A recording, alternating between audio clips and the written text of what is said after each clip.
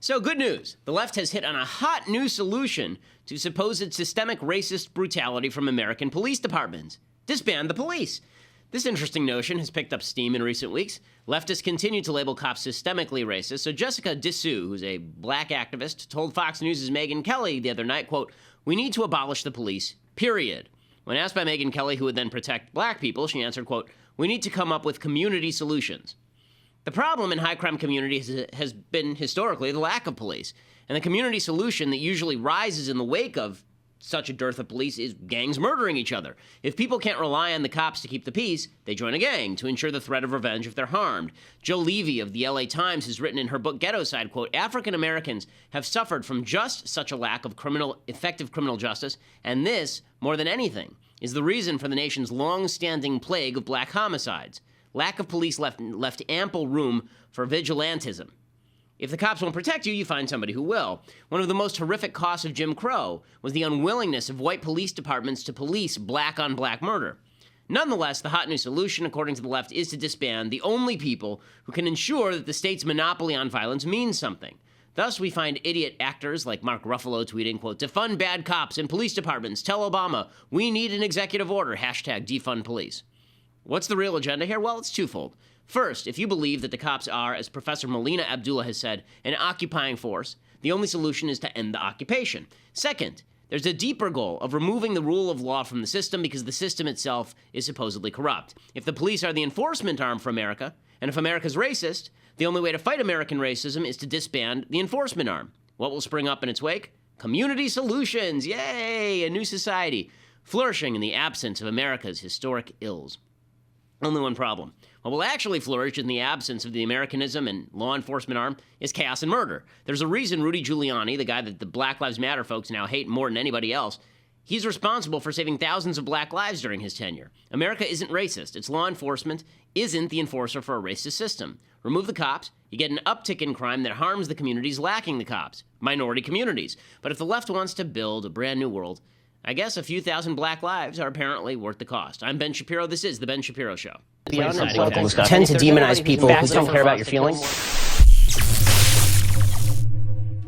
Okay, so we have a ton to get to today, and of course, welcome to Facebook Live, where we are operative, where our show is currently streaming, where all the wonders of the earth are available to you. If you just go there right now, and then later, if you give us $8 a month and we pry it from your fingers, then you'll actually be able to watch the entire show, you stingy bastards. So in any case, make sure that you go there right now. In fact, I'm going to tweet it out right now. I should have done this earlier, but you know what? Too late. It's up. Okay, fine. Okay, so lots to get to today. We'll start off with President Obama in Dallas. It turns out the President of the United States is not just the world's crappiest president, he's also one of the world's crappiest humans. So 5 cops get murdered in Dallas by an anti-white racist who says he's there to kill cops. And President Obama pretends for days. I don't know why would this happen? What are we even, how do I know? It could have been anything. Who knows? Maybe he had bath soaps, right? And now he goes to the funeral, and the families are in the crowd, right? The family members are in the crowd. And he starts off in the first 10 minutes of the speech or so is, pedestrian, nice, we're all together, we like cops, yay. And then President Obama cannot help himself in any way. He's incapable. He's incapable of helping himself. He's a narcissist, and he's a racist, and because he's a narcissist racist, he feels the need to start running off at the mouth about how cops are the real racists in American society. Now remember, dead cops, shot by a racist. But the real problem is the cops. The real problem is America's racist society. And this is, pretty egregious stuff. Here's President Obama. He did a bunch of things in this speech that were really bad. One of the things he did, and you'll see it in a second, is he equated the murder of the cops with the killing of Philando Castile in Minnesota and Alton Sterling in Louisiana. Okay, we still don't know any of the circumstances surrounding either of those killings. We still don't know. The one in Louisiana may have been a good shoot. The one in Minnesota, we have no idea whether it was a good shoot or not. We just don't know. There's no information. We certainly know what happened in Dallas, right? We know that an anti-white racist decided to murder white cops. We certainly know that's what happened. But listen to him equate the two. I see people who mourn for the 5 officers we lost, but also weep for the families of Alton Sterling and Philando Castile. In this audience, I see what's possible. Okay, and the cops behind him, you can see, are not cheering, right? They're not clapping. And the reason they're not clapping is because to equate those two things, to suggest that the police are targeting people like Philando Castile the same way that this guy, this piece of garbage, targeted police officers, is evidence-free. It's gross. It's despicable. But that's what President Obama does. And then he continues along those lines. Remember, this is at a funeral memorial for cops who were shot by a racist. Remember that. The families are in the audience watching this. If they just panned this camera over a little bit, you would see the 5 empty seats with flags on them for the cops who were murdered. And here's President Obama at that memorial service because he just can't help himself because he's not a good person. Here's President Obama saying that police departments are still rife with the legacies of slavery. We also know that centuries of racial discrimination, of slavery and subjugation and Jim Crow, they didn't simply vanish with the end of lawful segregation. They didn't just stop when Dr. King made a speech or the Voting Rights Act and the Civil Rights Act were signed. Race relations have improved dramatically in my lifetime. Those who deny it are dishonoring the struggles that helped us achieve that progress. But we know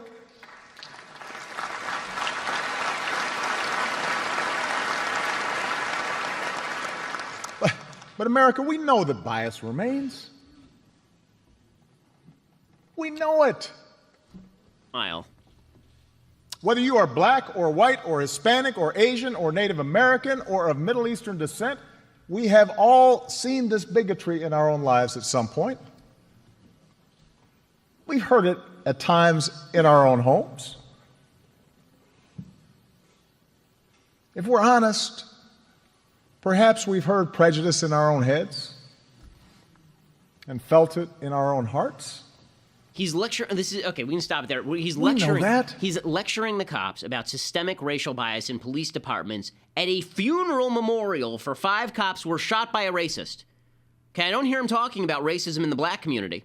I don't hear him talk about anti-white racism in the black community. As I mentioned yesterday, by polling data, a plurality of blacks think that more blacks think that most blacks are racist than think that most whites are racist in the black community. He never talks about that, right? He talks instead about systemic bias in police departments across the country. On the same day, but as we mentioned yesterday, that there's this new study out from Harvard that says that black people are shot less frequently by officers than white people.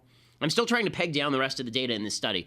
The study itself is pretty massive. I've been going through the data. I'm actually emailing with the professor's research assistant on this particular study because there's only one table in the study that really matters. It's a long study, but the only thing that really matters is there's one statistic that says that, well, first of all the statistics you've heard from that study about how the police use force more often on black people and Hispanic people, the vast majority of those statistics do not take into account level of compliance with the cops.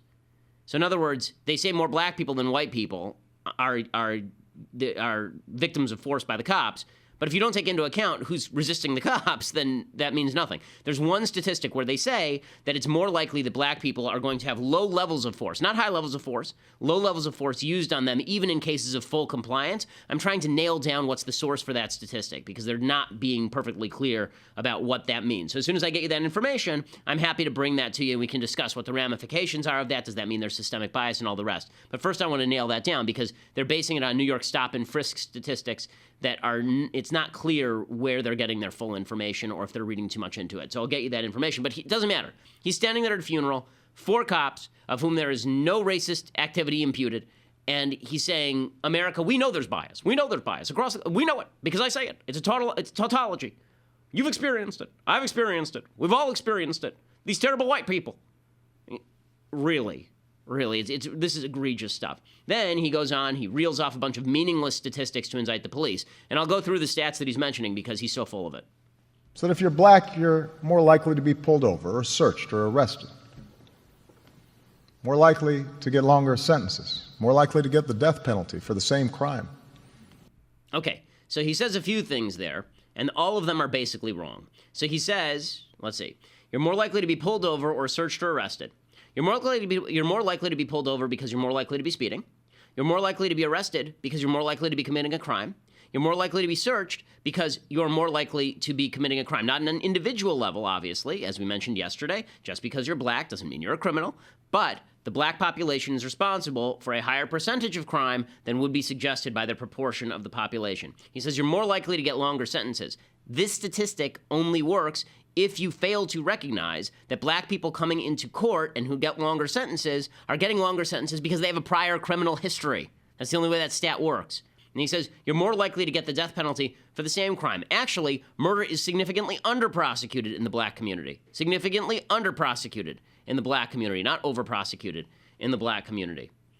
And when they give the death penalty, by the way, the death penalty is almost entirely based on other circumstances other than just the murder. This is why there aren't thousands and thousands of people on death row around the United States, because in order to actually get the death penalty, there has to be something particularly egregious that you did connected with the murder, which naturally means that it's not the same circumstance, it's something different. It's something different.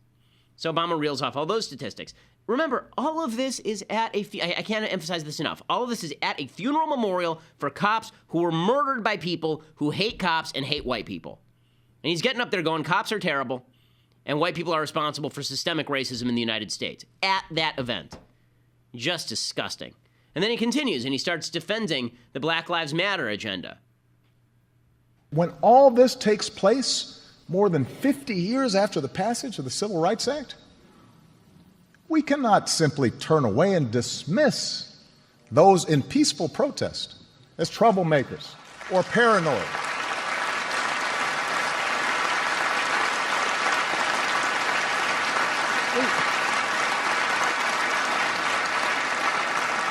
We can't simply dismiss it as a symptom of political correctness or reverse racism. To have your experience denied like that, dismissed by those in authority, dismissed perhaps even by your white friends and co-workers and fellow church members, again and again and again, it hurts. Surely we can see that, all of us. It hurts, it hurts, it hurts. You know what hurts? Going to somebody's funeral and crapping all over their department. That hurts.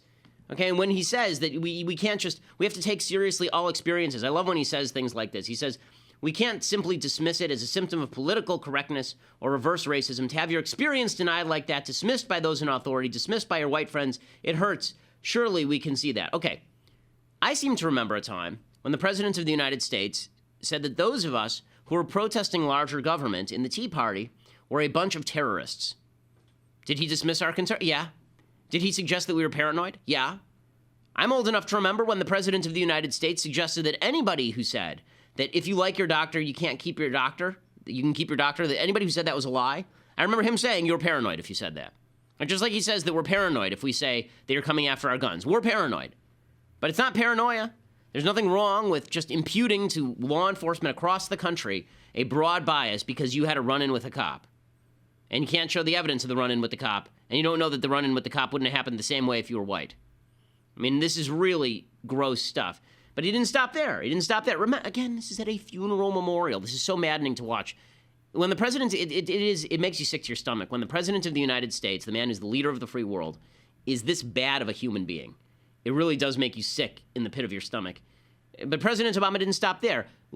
Following the Rahm Emanuel directive, never let a good crisis go to waste, he uses this funeral now to push for more government spending, because this is what he does. Here we go. As a society, we choose to underinvest in decent schools.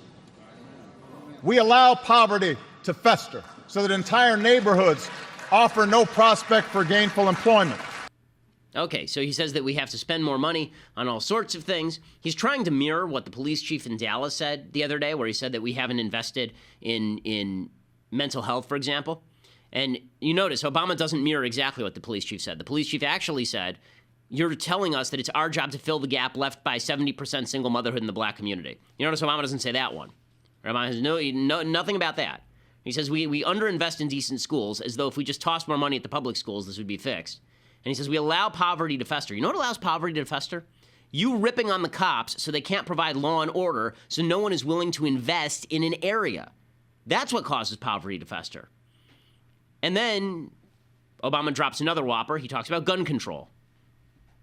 We flood communities with so many guns that it is easier for a teenager to buy a Glock than get his hands on a computer or even a book. Okay, so it's easier to buy a Glock, get your hands on a Glock in the United States than a book or a computer? You have to have been dropped on your head as a baby to believe this. You have to have serious mental deficiencies if you believe this kind of crap. Okay, that is such not, and people clapping for this, like, how stupid are you? Okay, I had to get a gun license in order to buy a gun in the state of California. I had to go through a federal background check in order to purchase my handgun. Okay, I buy books all the time. His crappy book is available on Amazon for 1 cent with no background check. Okay, so the idea that literally 1 cent for with Dreams from My Father, a paperback, no background check. The idea that it's easier to buy guns anywhere in the United States than a book or a computer is maybe the stupidest thing any president has ever said. It's ridiculous. And he's doing it again at a funeral memorial for cops. At a funeral. Here's the thing. There's one comment that he made, and this one has basically gone unrecognized. And I think this is the key to everything about the Democrats. I said this yesterday without even having seen the speech, just showing once again that I'm always right. But President Obama drops this amazing line. This amazing In the end, line. it's not about finding policies that work. It's about forging consensus and fighting cynicism and finding the will to make change. Iowa Hawk had a great tweet on this. He says, there's nothing more cynical in American life than cynically saying that everyone else is cynical, which is his routine here. But notice what he says. He says it's not about finding policies that work. It's not. He doesn't care whether the policies work.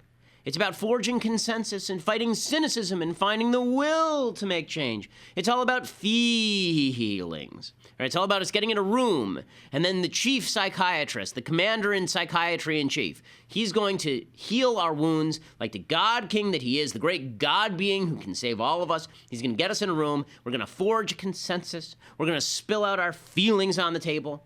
I said yesterday, remember I said this about my wife, that we have a deal, which is you have to tell me before the conversation, do you want to just spill out your feelings or do you want me to solve the problem?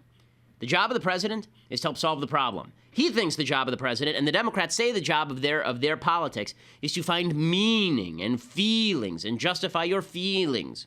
That's not what politics is for. If that's what you think politics is for, no problem will ever be solved, particularly in this area. We'll talk more about that. Plus, we got to get to Trump, who's now doing better in the polls and what that means. Go to dailywire.com to become a subscriber. Come on, guys, $8 a month. It ain't going to kill you. I mean, for goodness sake, it's easier to get dailywire.com than it is to get a gun, to get a Glock or a book. You can go to dailywire.com right now, or you can download the rest of the podcast for audio on iTunes and SoundCloud, just like the tens of thousands of others who do, because we are, in fact, the #1 podcast, conservative podcast in America, and you can be part of that every single day, so subscribe. Okay. So, continuing along these lines, when they say, what's amazing about this particular line of thought, that feelings matter more than solutions. Solutions don't matter. The only thing that matters is feelings, right? When you say that, and if your feelings are not based in reality, the feelings become an obstacle to the solution. So, you've had an argument with your spouse, right? And your spouse says, you're always doing something. You're always mean about this. And you say, wait, no, I'm not. Sometimes I'm a jerk, granted, but I'm not always mean about that. And so, but that's how I feel. Okay, now we can't get to a solution because you're arguing about the status of basic facts. Like, if how you feel about the fact is more important than the fact itself, we have no common ground. I can't make you feel differently. If you say, I feel the police have been racist to me and my community, I can say, okay, show me the evidence of a police activity that's racist. We can condemn it together, and then the police person can be punished. Right? That's how I would solve that particular problem. Right? Or if you were going to say there are too many run-ins between cops and black people, I would say, okay, well, let's have some more cops, and let's have a feeling of law and order, and make sure that we enforce all of the rules on cops, obviously, but there's a greater comfort level between the cops and the community because they know they're not the only line of defense between themselves and civilization. That would be a solution, right? But if I say to you, if you say to me, the cops are racist and criminal, and they're terrible, and they're horrible, and I feel that. That's been my experience. And I say, well, I need some evidence of that so we can do something about it. And you say, no, but you're invalidating my feelings. You're invalidating my feelings. Well, then we can't get to a solution, can we? Because everything that I say from then on invalidates your feelings. If I say we need more cops, you say, no. My feeling is the cops are bad. And if I say, well, but we need evidence of the cop being bad, you say, no, you're invalidating my experience. What, you don't believe me? It's the same thing that the left does with regard to some of these high-profile rape cases like University of Virginia. Somebody alleges rape, and we say, that's terrible. That's a horrible thing. Is there any corroboration or evidence? And they go, oh, you must not take rape seriously. You say, well, no, I take rape very seriously, so I want the person who did it to go to jail. Like, that would be good. But, but you're making my experience secondary. I have to, because your experience can't be my experience, and it can't be the experience of anyone else. It's your experience. We need to get beyond your experience, and we need to get to what actually solves the problem. But Obama doesn't want to solve the problem, you see? Because if you stand there as a politician and say you feel somebody's pain, as Bill Clinton used to do, if you say, I feel your pain, much more beneficial political angle, I feel your pain, then here's a solution that's going to hurt. Right? A lot easier to say, I feel your pain, than here's a solution that's going to hurt. The speech was just egregious all the way through. Obama finished basically by saying, you know, whites keep dismissing protesters as political correctness or reverse racism. It's just, When study after study shows that whites and people of color experience the criminal justice system differently. So that if you're black, you're more likely to be pulled over or searched or arrested. More likely to get longer sentences. More likely to get the death penalty for the same crime. We've played this already. This sort of routine from President Obama, again, it just underscores the fact that he will never let a crisis go to waste or a tragedy go to waste. He's a bad guy. He's a bad guy, and he lies for political gain, and then he stands there and says he's trying to unify us, and he's a liar. He's just a liar. And the media lap it up. The media love this crap because it increases the ratings. It gives them new things to cover. When there's a riot, it makes for good TV. And then we can just, and then there are all the leftist activists on TV who take it upon themselves to basically suggest that cops are the problem. Again, to me, the big story last week was not the killing of Alton Sterling in Louisiana or even the killing of Philando Castile, even though that one looks worse in Minnesota. Any objective person would say the big story last week was a guy took a sniper rifle and shot 11 police officers in the worst attack on police in the United States since 9/11. But that's not what the media are focusing on. So Don Lemon on CNN, he says, stop pretending racism doesn't exist. By the way, no one is pretending racism doesn't exist. All I'm saying is show me evidence so I can stand with you. I can't do it based on you just saying racism exists. What am I supposed to do about that? What's the solution? How does that help anyone? How is any black person in the inner city better off if we all say racism exists, America's racist? You explain to me that one, and I'll join you. Explain to me. Because there's no correlation between saying America is racist and then the solutions you propose. Your solutions are crap, okay? Disbanding the police, having only black cops in black neighborhoods, that didn't seem to help in Baltimore, by the way. The bottom line is what they say is, well, if you can't just acknowledge our feelings, we can't even get started. I don't have to acknowledge feelings to try and find a solution that works for everybody. And it turns out the solution generally has nothing to do with subjective feelings. It generally has to do with what works and what doesn't. Standards of evidence and truth exist regardless of your feelings. And if I allege something happened, and I say that it was really bad, I should have to show evidence of that for you to react and for you to side with me. You can say you have sympathy for me. I have sympathy for black people who feel like they're being victimized by the police, but I want to know how that solves anything. And when you say society's racist, all you're really saying to young black people is no matter what you do, you're never getting out of here. No matter what you do, you are stuck here forever, so you may as well just say screw it, and you may as well talk back to the police, and you may as well assume they're here to do harm, and you don't talk to them because snitches get stitches. But Don Lemon thinks the most important thing is all the white people in America acknowledging American racism or some such nonsense. It is time for us to stop pretending that that racism doesn't exist, that bias doesn't exist in this culture. And if you will allow me, I'm going to share a very personal story that happened this weekend as I was out with friends. We were discussing the Dallas shooting at a bar/restaurant. And it was two African Americans, me and someone else, and there were other that were with us in the immediate vicinity, and we were discussing it. And as we were talking about it, my friend is talking about it, who is a black guy. And the guy looked at him and said, talking about the Dallas shootings, he said, how does that make you feel? And everybody just got quiet and looked like, is this 2016? Is this actually happening? And I swear on a stack of Bibles on my life that this happened just this weekend in a place that you would not even think it happened or would happen, in a place where there are intelligent people, there are very liberal people in the sense of the types of people that they engage with. So we have to stop pretending that these things don't happen, that people don't implicit bias, that you don't hear words and racism and prejudice sometimes in your own family or with people you love. Did I miss the story? What happened that was so bad? Did I miss the story? Like, maybe I missed it. Seriously, what was the story? He got called the N-word. Somebody got called the N-word, so it might have blocked out. So he says that somebody got called the N-word. Okay, if that guy got called out the N-word, you have a national TV show, Don Lemon. Why not say his name? Like, really? Just say his name. And then we can say, okay, that's a bad guy, and we'll all condemn him, and that'll be that. Right? But you're not doing it. He's saying racism. Was that guy a cop? Did he shoot somebody? Or was he just some guy who was hanging around and you heard him say the N-word? How do you know what he did? I mean, this is the problem with all this kind of stuff. Of course they're individual racists. Of course they're individual racists. But that doesn't mean that there's a systemic racism to American society. Doesn't mean that American society is broadly racist. If somebody says the N-word, that guy's a racist. Okay. So now what do we do about it? Because I find that unpalatable. For goodness sake, I've been spending most of this election cycle fighting people who think it's cool to throw racist memes on Twitter. And but again, there's no solution here. There's no solution here. It's just you feel better by saying America's racist, and then a bunch of upper crust white people think it makes them better people by saying America's racist, and I'm not them, so I'm not a racist. I can prove I'm not a racist by saying America's racist. And Jameel Hill and Michael Smith, both black folks on ESPN, they were very upset. We talked about this yesterday. There's a WNBA game where some people wore Black Lives Matter t-shirts and the cops walked out. And ESPN, which has become, as I've said many times, MSNBC with footballs. It is a leftist network. It is a leftist propaganda network. They're actually broadcasting in real time on ESPN Obama's town hall that's supposed to take place tomorrow on race relations on ESPN. I didn't realize that had to do with people kicking or throwing or catching balls. I didn't realize that. But here are these two commentators on ESPN.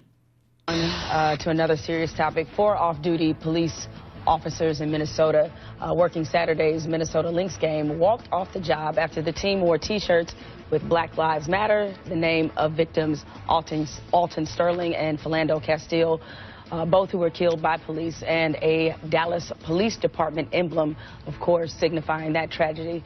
Castile was killed by an officer in nearby Falcon Heights, Minnesota. Sterling killed in Baton Rouge. Now, Lieutenant Bob Kroll, the president of Minneapolis Police Union, their police union rather, commended the officers for their decision. He also said the officers removed their names from a list to work future games, and that others have said they will not work Lynx games. If I'm the Minnesota Lynx, I say, good riddance. Okay, so the good riddance, get out, fine. So you say these cops who don't appreciate you wearing T-shirts with names of people where the circumstances aren't even known yet? I mean, listen, just a couple of years ago, there were people who were wearing Michael Brown T-shirts and running out onto NFL fields doing hands up, don't shoot. That turned out to be a lie. So it's just, but this is the way that the political game is played. None of this gets to a solution. But as Obama says, solutions don't matter. Who cares about solutions? Solutions are irrelevant. Only justification of feelings. Because here's the end goal, right? The end goal is that he proclaims that everybody who disagrees with him therefore doesn't care about black folks. That's the end goal here. It's the Piers Morgan, you don't care about dead kids and Sandy Hook unless you agree with me. That's Obama's routine. If we can't agree on our feelings, then certainly we're never going to get to a solution. He's going to use that logic in reverse. He's going to propose solutions that are completely unpalatable. And then he's going to say, you won't even agree on the feelings, so how can we agree on the solutions? That's where he's going here, and it's gross. It's really gross. Meanwhile, actual racist shooting, or appears to at least be a racially tinged shooting in Chicago, it's certainly a criminal shooting. Laquan McDonald, if you don't remember this particular case, there's a black guy who was making trouble, I guess, at a McDonald's or something, and somebody called the cops, and he starts walking away from the cops, and the cops shoot him down. And Rahm Emanuel, who's the mayor of the city, is up for re-election at the time, and he basically ensures that no tape comes out at all of this until after his re-election. Jesse Jackson says that. Rahm Emanuel says, no, of course I won't resign. Have you heard any clamor about Rahm Emanuel lately on the whole Black Lives Matter thing? Any clamor? Or because he's a Democrat, no, he's a Democrat, so of course, and we never hear about that. Right? Black Lives Matter is only directed at cops. It's never directed at the Democrats who instruct the cops to do bad things, like in the city of Chicago. Now, one of the problems that I have in all of this is that Republicans have been caving in on this. Republicans, I mentioned Newt Gingrich and Marco Rubio earlier this week. Trump, too. So here's a quote from Donald Trump. He was on Bill O'Reilly's show last night, O'Reilly says there are still some black Americans who believe the system is biased against them. The American system, because they're black, they don't get the same kind of shot. They don't get the same kind of fairness whites do. What do you say to them? And Trump says, well, I have been saying even against me the system is rigged when I ran as a you-know for president. I mean, I could see what was going on with the system, and the system is rigged. In other words, now he's making the case that basically it's rigged against black people too. This is the routine. Here's Donald Trump. But as far as the police are concerned, you say, okay, these two individual things are bad, but are they symptomatic, in your opinion, of a larger problem with American police, that they fear blacks or that they act differently around African Americans? Do you believe that's in play? Look, it could be. You have to see it. I mean, there are so many individual cases. There are certain cases where this takes place, and it's horrible. I mean, somebody will meet, they'll have a commission meet, and the commission may have an answer, but I almost don't care what the commission says because I see it with my eyes. I hate what I saw, those two instances. I hate what I saw when somebody guns down all of these policemen and kills 5 policemen. I hate it. Do you believe that there is a problem in American policing whereby blacks are treated differently than whites? Do you believe that? It could be. It's possible. As president, is there anything you can do about that? It could be. It could be. Thank you for that brilliant moral leadership and guidance, Donald Trump. And how does that make the solution better? So presumably the next solution is for President Obama to federalize the police forces, right? Send in the DOJ to crack down on the local cops and suggest that they are better than anybody else and making sure that black people aren't victimized by the local police, again, without evidence. It's just, you don't need to cave. I mean, it's so funny. People say that he's a warrior against political correctness. This is not being a warrior against political correctness. This is being a chicken. It's being a chicken. Okay, well, all of that said, Donald Trump did get into it with Ruth Bader Ginsburg. In other news, he got into it with Ruth Bader Ginsburg. I want to talk a minute about what's going to happen at the convention. I don't think there's going to be a full-scale revolt against Trump at the convention. I specifically don't think that because the polls have really narrowed for Trump. So there are a couple of different polls out today. Quinnipiac poll shows Trump up in Florida, it shows Trump up in Pennsylvania, shows him tied in Ohio. There's another poll today that shows Hillary up in Pennsylvania, it shows her up in Florida, it shows her basically tied in Ohio. So it's very close, in other words, in all of these swing states. I will point out something that I have been pointing out about these polls for weeks now.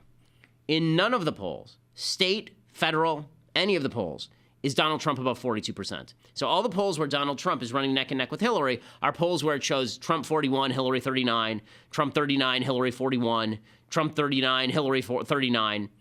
Okay, that's not going to be the actual election result, just so folks know. Okay, that's only 80% of the American population. 20% isn't just going to disappear off the face of the earth. The volatility in the polls is all Hillary. Trump is absolutely consistent. He is always, in national and state polling, between 35 and 41%. That is his range, 35 to 42% in all of these polls. There hasn't been movement on that in 8 weeks. Right? He's absolutely stagnant there, barring some sort of catastrophic change in Donald Trump, not in events.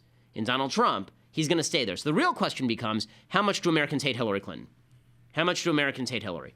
If they hate Hillary enough, then Hillary will drop below Trump in the polls. But if those additional voters don't go to Trump, then she probably still wins. So she's up and down and up and down and up and down. She still has all the advantages, despite the fact that she's the most corrupt candidate in American history. So I just want to point that out because there are a lot of people you're going to hear today saying this means that Trump is surging. Trump isn't surging. Trump is exactly where he was before. Hillary is collapsing. There is a difference. There is a difference. And believe me, I don't think that the media are going to let Hillary full-scale collapse. I think that right now is the dark time for Hillary. I think in 6 weeks, they're going to turn this around after the convention, after she picks her VP. The media will go all in against Donald Trump, and Donald Trump will start falling behind again. But the Trump unification is indeed taking place. And Paul Ryan is awkwardly defending Donald Trump. And Tom Cotton, the senator from Arkansas, he's saying that he is going to speak at the RNC, which is true. And Rudy Giuliani is going to speak at the RNC. The VP pick is supposed to come by Friday. Right now, today, I guess in Indiana, he's in there meeting with Mike Pence. Gingrich has flown to Indiana. Jeff Sessions is flying to Indiana. Chris Christie, I think, is flying to Indiana. So one of two things is there have been a couple of theories as to what's going on with the VP pick. Theory one is that, and this was put forward by somebody at the Weekly Standard. The theory one is he's bringing all these people and he's actually going to announce a cabinet.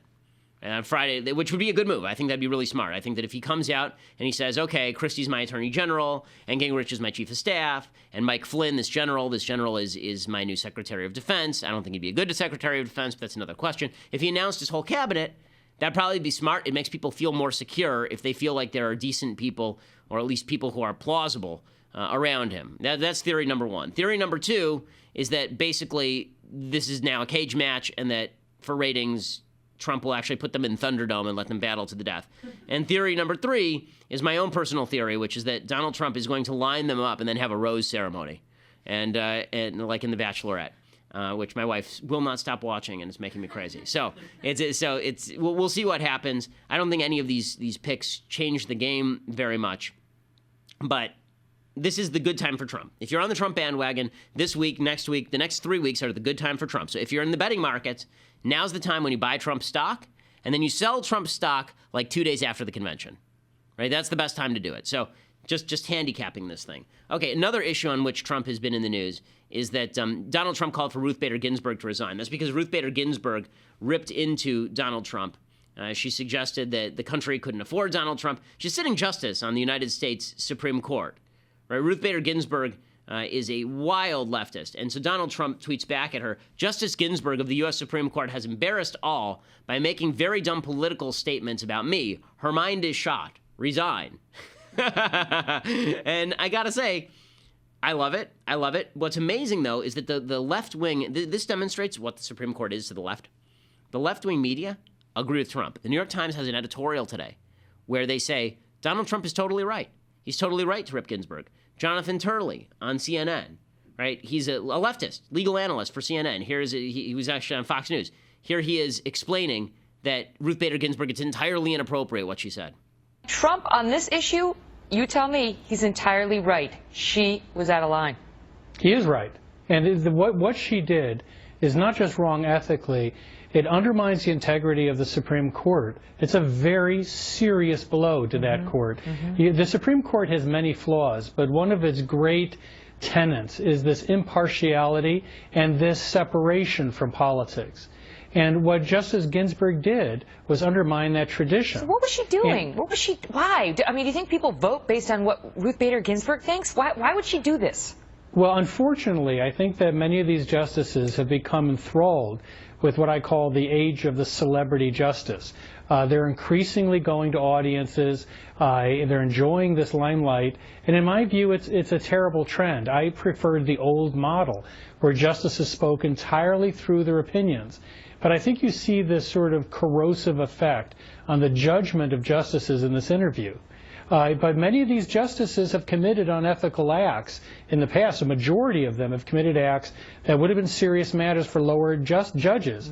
But they consider themselves beyond the rules of ethics in terms of enforceability. Okay, so I will say this. I actually like that Ruth Bader Ginsburg went after Trump. Not because I dislike Trump. I think Ginsburg is one of the world's least moral human beings. I think that Ginsburg has been an awful justice.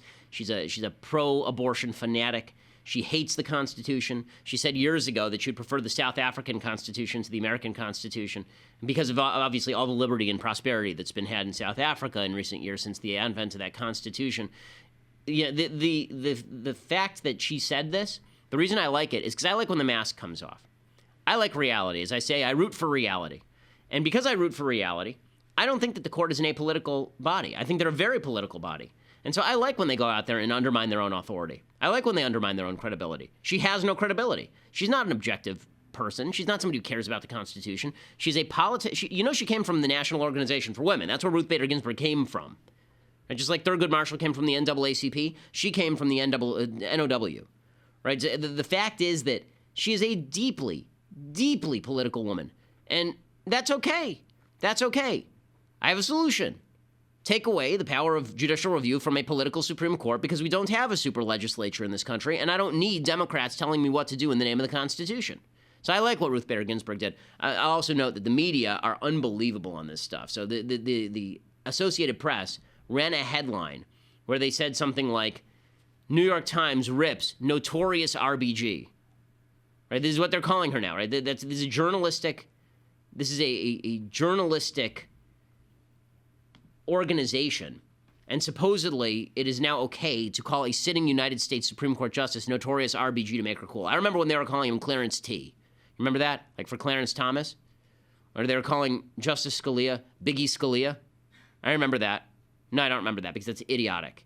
That's idiotic. So the media are totally on her side because that's what they do. Because that's what the media do. So, all right. I think that we are now at the point. Let's see. Is it time for things that we like and things that... Yeah, let's do some things we like and things we hate. Come on. Okay, so we're going to start with... We've been doing surprise endings this week. And this is an oldie but goodie. This particular surprise ending is a movie called Witness for the Prosecution. If you've never seen it, it's a really good movie. It's a really entertaining old movie. Charles Lawton and Marlene Dietrich, and it's really fun, and it's really well acted, and it's very clever. And if you don't know what's coming, it's got a really clever little ending. So here's the trailer for Witness for the Prosecution. This is, I think, late 40s. Witness for the Prosecution. The most electrifying entertainment of our time. The stunning climax to a half-century of motion picture suspense. The setting is London. The story, two people in love. A murder and a trial, climaxed by the 10 most breath-stopping minutes you've ever lived. The cast, Tyrone Power, in love with a woman who holds his life in her beautiful hands. Charles Lawton, in the most scintillating role of his brilliant career. Marlene Dietrich, the woman of mystery, a fascinating question mark. Okay, so it's directed by Billy Wilder, who's a terrific director, all-time director. It's a really good, and then it says at the very end of that preview, by the way, that notice to patrons, they're advised not to take their seats during the last few minutes, right, to preserve the secret of the surprise ending. So this is a movie that's very famous for its surprise ending, and it is a good film. Okay, other things that I like. So we're going to do Bible verses on Wednesday, I've decided, so we can do mailbag on Thursday. So let's do Bible verses of the week. So the Parsha this week comes from Numbers. The Parsha is, of course, the section of the Torah that Jews read. We read a different section every week all the way through the year. So by the end of the year, we've gone through the entire 5 books of Moses. And we do this every year, which is why Orthodox Jews tend to know this stuff pretty well. So Numbers 27 through 12. So this is actually the critical moment in the Torah where God tells Moses, basically, you're not going into the land, right? You're going to die out here in the wilderness. It's really a tragedy. I mean, the Torah is really a tragedy. If it's about Moses, it's a tragic story, right? I mean, he serves his entire life for this people who are ungrateful, and they're constantly ripping on him, and they're constantly being stiff-necked and terrible with God. And then Moses takes them all the way to the brink, and then they don't go forward because they're, again, recalcitrant. And then God says, sorry, you can't go into the land, you're going to die here, right? It's really terrible. Here in Numbers 7 through 12, God speaks to Moses. He says, take the staff. The people are whining again about how they don't have water. And so the Lord says to Moses, take your staff, assemble the congregation, you and your brother Aaron, speak to the rock in their presence, and it'll give forth its water. Now, this is the second time we've had a rock magic trick with God. So back in Exodus, there's a rock magic trick where God actually tells Moses hit the rock, and Moses hits the rock, and the water comes out. This time, he says, speak to the rock, and Moses instead takes the staff, and Moses and Aaron assemble the congregation, and they say, now listen, you rebels, can we draw water for you from this rock? He hits the rock, the water comes forth. And then God says to Moses and Aaron, since you did not have faith in me to sanctify me in the eyes of the children of Israel, you shall not bring this assembly to the land which I have given them. So that seems like a pretty harsh punishment, right? I mean, it's pretty harsh. Like, God said, speak to the rock. He hits the rock, and God's like, okay, well, I guess you're going to die now. Like, that's pretty brutal on Moses. Until what you realize is that every human being has a designed role in the universe. Every human being has a godly designed role in the universe. Moses' role could not extend into the land. The reason that Moses' role couldn't extend into the land is because Moses, as a conduit between the nation and God, was in danger of almost becoming an idol to the people. And this is why when God takes Moses, we still don't know where Moses is buried, because the idea was that God didn't want that to become kind of an idolatrous shrine to Moses. Moses also was a national leader, but he wasn't a war leader. And the person who takes Israel forth into the land is less a spiritual leader, Joshua, than he is a military leader. And he just does everything God says. The book of Joshua is about Joshua going around doing brutal things that God tells him to do, basically.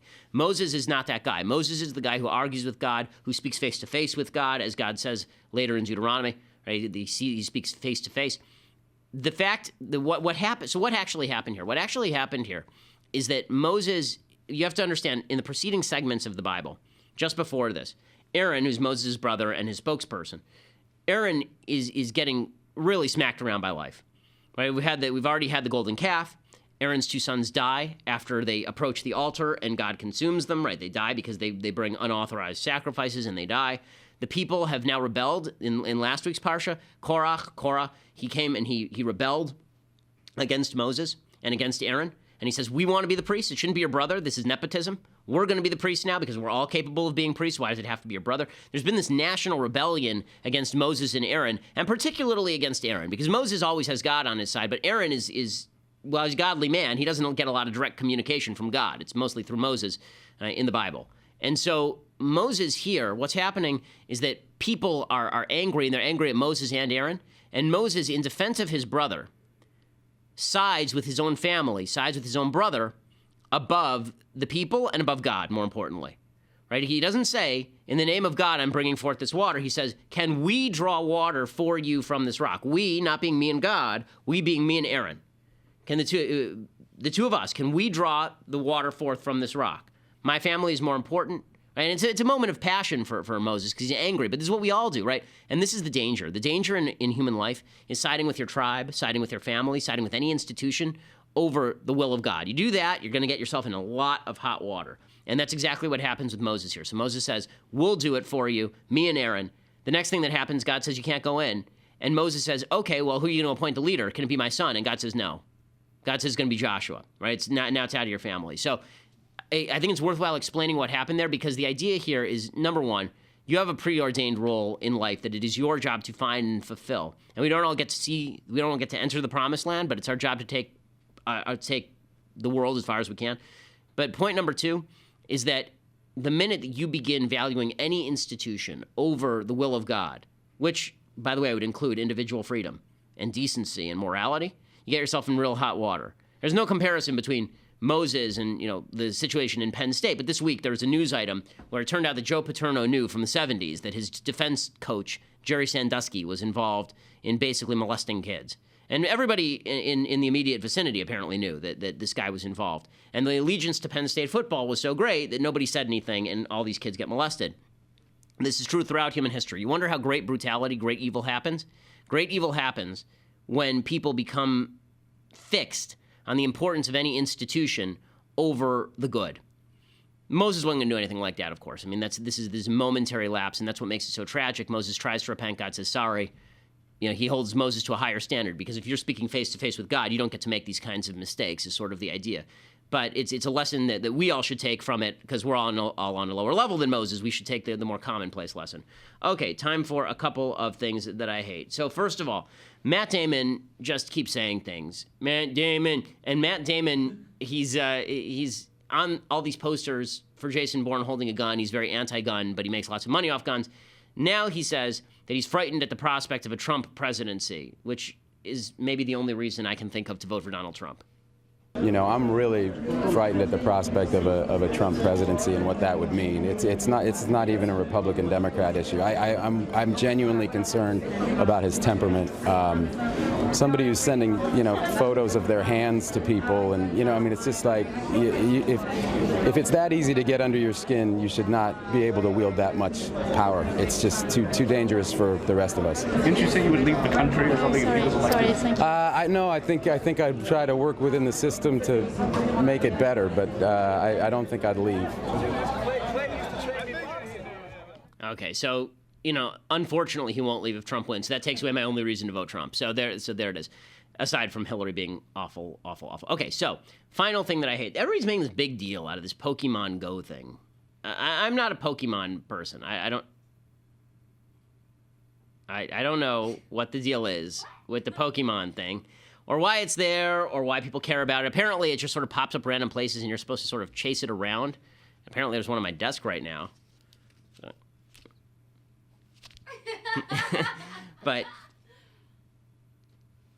But in any case, this Pokemon thing is just sitting around places, and you're supposed to go around. People are finding it in, like, Auschwitz. And they said, please don't look for Pokemon Go in Auschwitz. They found it, like, the U.S. Holocaust Memorial. And they're finding it at Arlington National Cemetery. Idiots are like running around at Arlington National Cemetery for looking for this kind of stupid crap. Okay, number one, if you're not a 16-year-old girl, stop it. Go get a life. Go find people worth taking pictures with, as opposed to a digitally created thingamabobber that you can take a picture with on your phone. It's not real, gang. And if it were real, it might be a vicious small animal. You don't know. So this whole thing is, but this is what it takes to get adults out of the house. Now, we're all 10-year-old children. We've turned into 10. I remember Pokemon was a thing when I was like 10. I remember like all the girls were into Pokemon when I was 10. I'm now I'm 32 now. It's time to get over it. If you're an adult, start acting like it. Yeah, go take a picture with your kid. I understand that you think kids are dispensable and Pokemon is absolutely necessary to your life, but you might try to reverse that polarity a little bit. It turns out that there are better things to do in life than chase around Pokemon. Okay, it's a fun little thing, I understand, but whenever you see these kind of broad obsessions with stupid little things, and the only thing that can get you outside off your butt is to run around chasing a digital character on behalf of a major multinational corporation like Nintendo, I would suggest that you, my friend, are a sucker. And I would also suggest that you might need to get some new hobbies because, I mean, really. It's one thing if I have kids and I'm running around with my kids doing it. If I'm a 21-year-old guy and I'm single and I'm just running around with like my guy friends doing this, dude, find a girl.